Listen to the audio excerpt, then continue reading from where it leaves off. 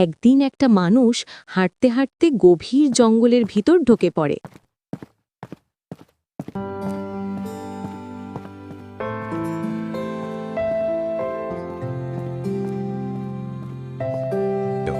হঠাৎ সেখানে একটা বাঘ চলে আসে। বাঘকে দেখে মানুষটা গাছে উঠে যায়।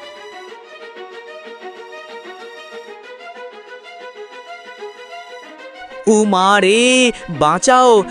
এ তো দেখি জঙ্গলের আসল মালিক নিজেই হাজির। আজ তো মনে হচ্ছে হাঁটতে বেরিয়ে ভুল বনেই ঢুকে পড়েছি। এত তাড়াহুড়ো কেন মানুষ ভাই? নেমে আসো, একটু গল্প করি, তারপর খাবো।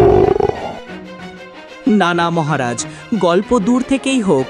আমি খুব শুকনো মানুষ, খেলে পেটই ভরবে না। পেট ভরুক আর না ভরুক, আজ অনেক দিন পর মানুষ দেখেছি, এই তো আনন্দ। শোনো বাঘ ভাই, তুমি জঙ্গলের রাজা। রাজারা তো নিরীহ লোক খায় না। ও, আমাকে নীতি শেখাচ্ছ?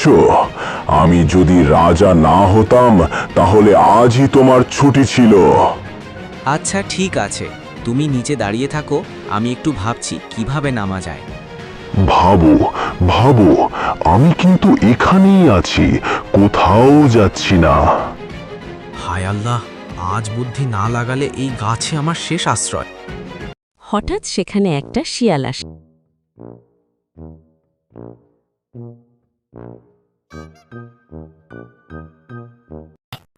আরে, এই যে দেখি মানুষটা গাছে ঝুলে আছে। হায় রে বেচারা, আজ বুঝি শেষ দিন। ভাই, শিয়াল ভাই, তুমি তো খুব বুদ্ধিমান, আমাকে আজ একটু বাঁচাও, জীবনভর দোয়া করব।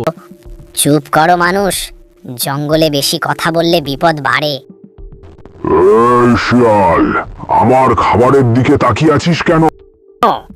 আরে বাঘ মামা, আপনি তো জঙ্গলের সবচেয়ে শক্তিশালী রাজা। সেটা নতুন কিছু না, বল কি বলতে চাস? দেখুন মামা, আপনি তো ভীষণ ক্ষুধার্ত, এই শুকনো মানুষ খেয়ে কি লাভ? আল্লাহ, এ আবার কি নতুন বিপদ? আপনি বরং জঙ্গলের ভেতর থেকে একটা মোটা হরিণ খেয়ে আসুন। আর এই মানুষটা? ও, এই মানুষটার বাচ্চাটাকে আমি চোখে চোখে রাখবো। বাচ্চা? আমি তো একাই।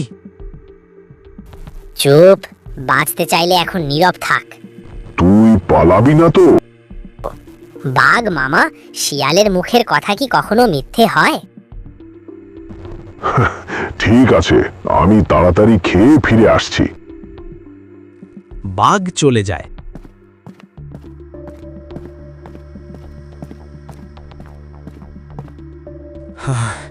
শিয়াল ভাই, আজ তুমি না থাকলে আমার জীবনটাই শেষ হয়ে যেত। এই ভয়ঙ্কর বনের মাঝখানে তুমি আমার সাহায্যের জন্য দাঁড়িয়েছ। এই মানুষ, শোনো, এর আগেই বাঘ মামা ফিরে আসবে। তুমি তাড়াতাড়ি এখান থেকে পালিয়ে যাও। শিয়াল ভাই, আজ তুমি না থাকলে আমার জীবনটাই শেষ হয়ে যেত। তোমার এই উপকার আমি কখনোই ভুলব না। ধন্যবাদ পরে দিও, এখন দৌড়াও, জঙ্গল জীবন বাঁচার জায়গা না। মানুষ দৌড়ে পালিয়ে যায়।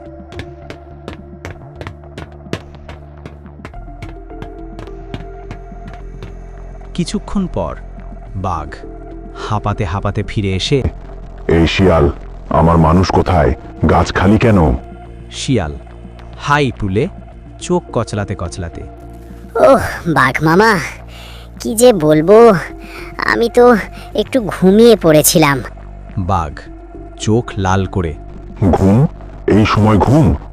শিয়াল ভান করে দুঃখী গলায়, হ্যাঁ মামা, তখনই মানুষের বাচ্চাটা পালিয়ে গেছে।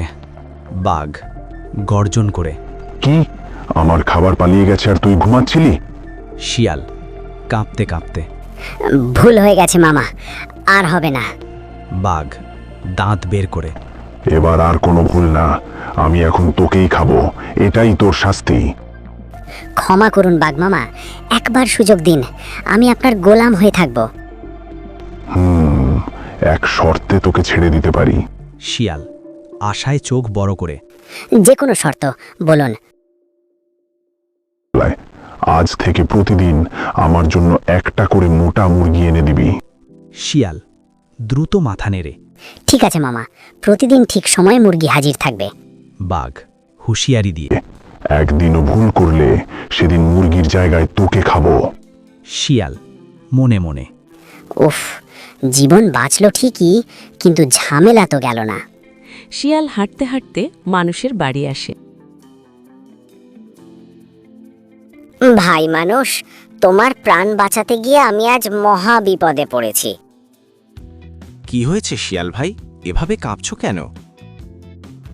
বাঘ আমাকে খেতে চায়, বলেছে না হয় প্রতিদিন একটা করে মুরগি দিতে হবে, না হলে একদিন আমাকেই খাবার বানাবে। ও, এটা তো বড় বিপদ। চিন্তা করো না শিয়াল ভাই, আমার খোয়ারে অনেক অনেক মুরগি আছে। সত্যি? হ্যাঁ, তুমি প্রতিদিন একটা করে মুরগি নিয়ে বাঘের কাছে দিয়ে আসো। আহা, আজ তুমি আবার আমার জীবন বাঁচালে ভাই। শিয়াল প্রতিদিন একটা করে মুরগি বাঘের গুহায় নিয়ে যেত, আর বাঘ সেটাকে তৃপ্তি করে খেত। আজকেরটা ভালো ছিল। আপনার জন্যই তো মামা।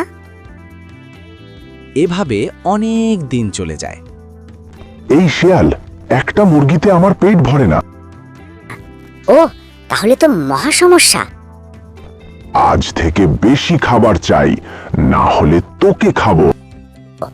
মামা, আমি জানি এমন একটা জায়গা যেখানে একসাথে অনেক খাবার পাবেন। সত্যি? চল, এক্ষুনি নিয়ে চল। শিয়াল বাঘকে নিয়ে রওনা হলো মানুষের বাড়ি।